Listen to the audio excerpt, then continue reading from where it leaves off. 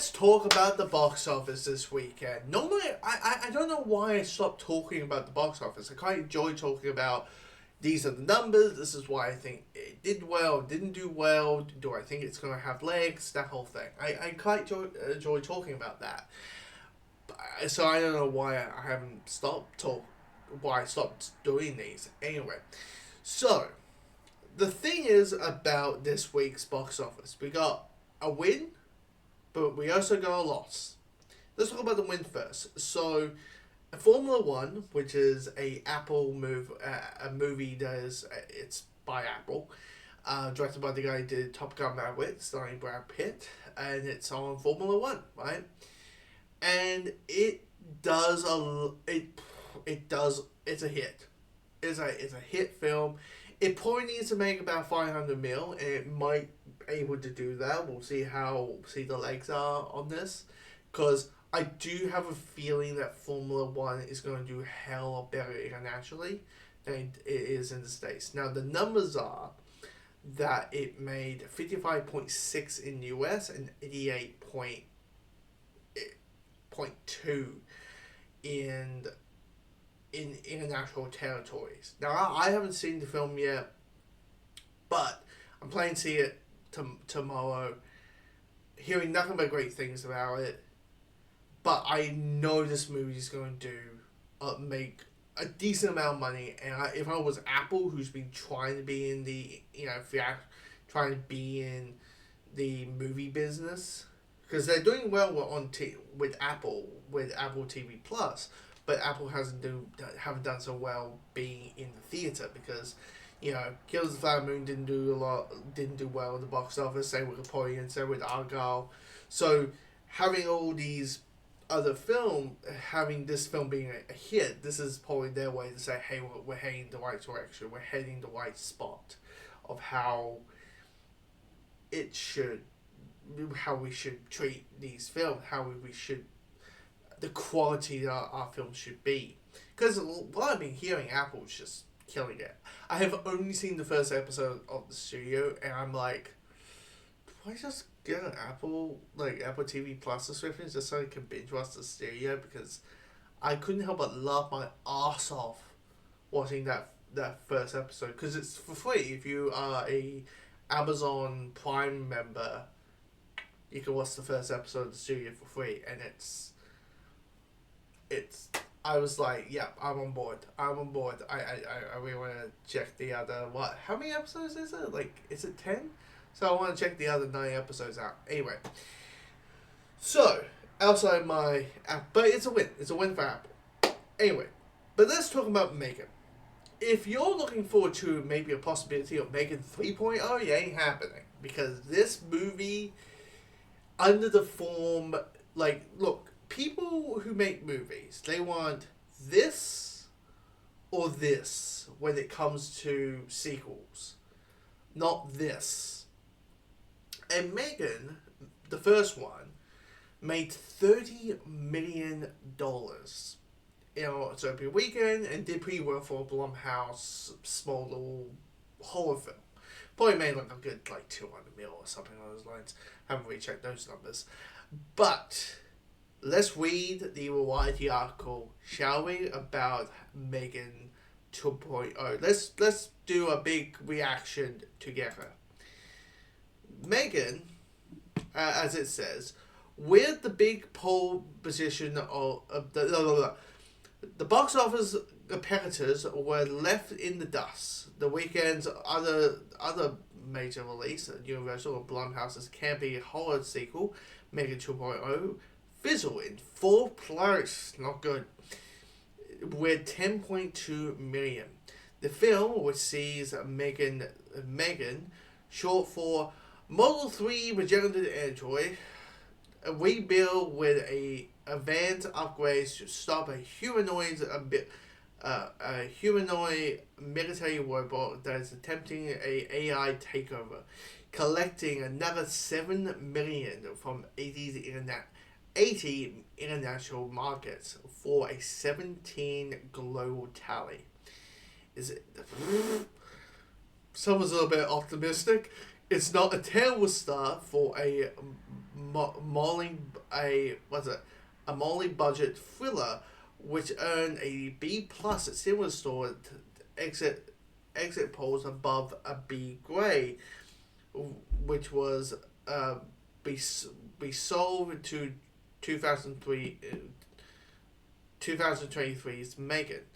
But those ticket sales are a steep drop from the original, which grant a 30.4 million 33 in the States and 45 million globally, which during essentially I can't read today.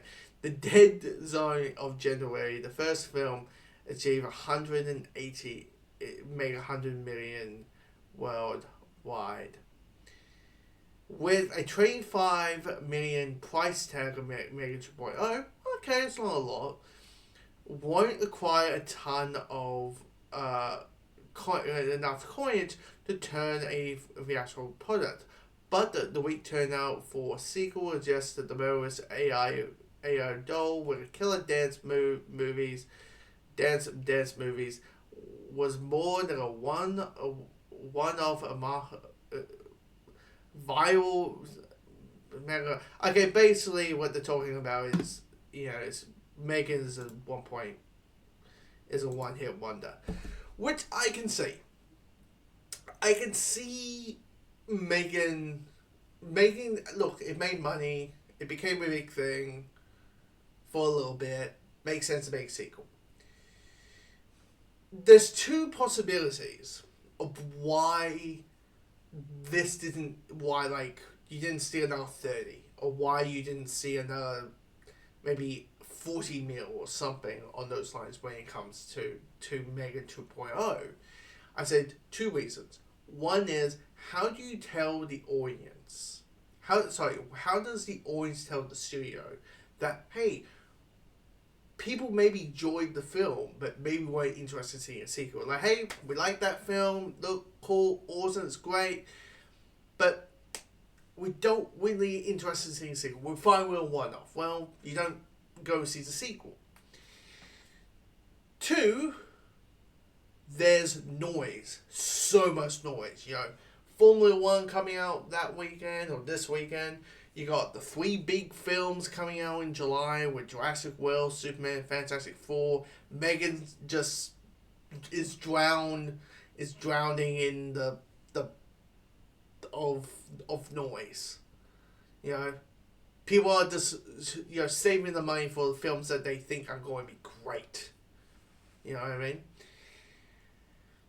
But also this, they changed genres.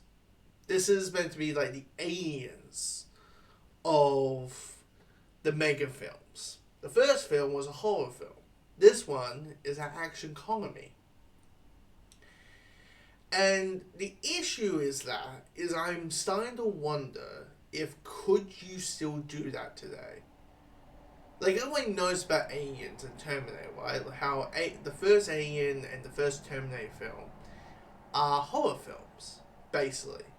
Horror thrillers, horror survival, but horror films nonetheless. And then Aliens and Terminator 2 Judgment Day are action movies. Can you do that today? Can you shift tones in different films? Or are the audience basically saying, hey, we want this thing and own this thing? And that's a good question. Did the marketing... And also, I want to add a fourth reason, is simply this. The marketing wasn't as strong. There wasn't that big of a marketing. Once again, getting drowned with all the other big movies. F1 had a hell of a lot of marketing. Same with, Superman is having a lot of marketing. Jurassic World is having a hell of a lot of marketing. Fantastic Four is getting heavy on the marketing. Megan is going, help, please, recognize me. And nobody's recognizing her, or recognizing the film, because there was not much marketing. I think they had a Super Bowl trailer, and a couple of trailers, and maybe a poster too, and that was it. So I just wondering. But the big thing I find is that one, with the big noise, with the other big films coming out quite soon, and the second thing being that super, not Superman, but I'm wondering if shifting tones and what you're doing is you're isolating the audience accidentally, and maybe it's just a simple thing. Horror fans just want horror films, and shifting it to an action comedy, they go and say, "This is not what I want. I'm not gonna see this. This is not the Megan I know."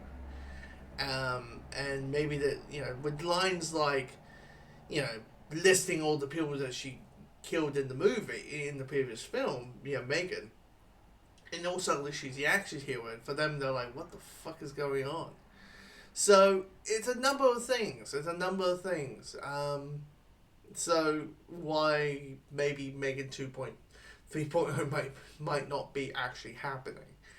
But yeah, I think, comment below and let me know your thoughts. And sorry by the stumbling of the reading.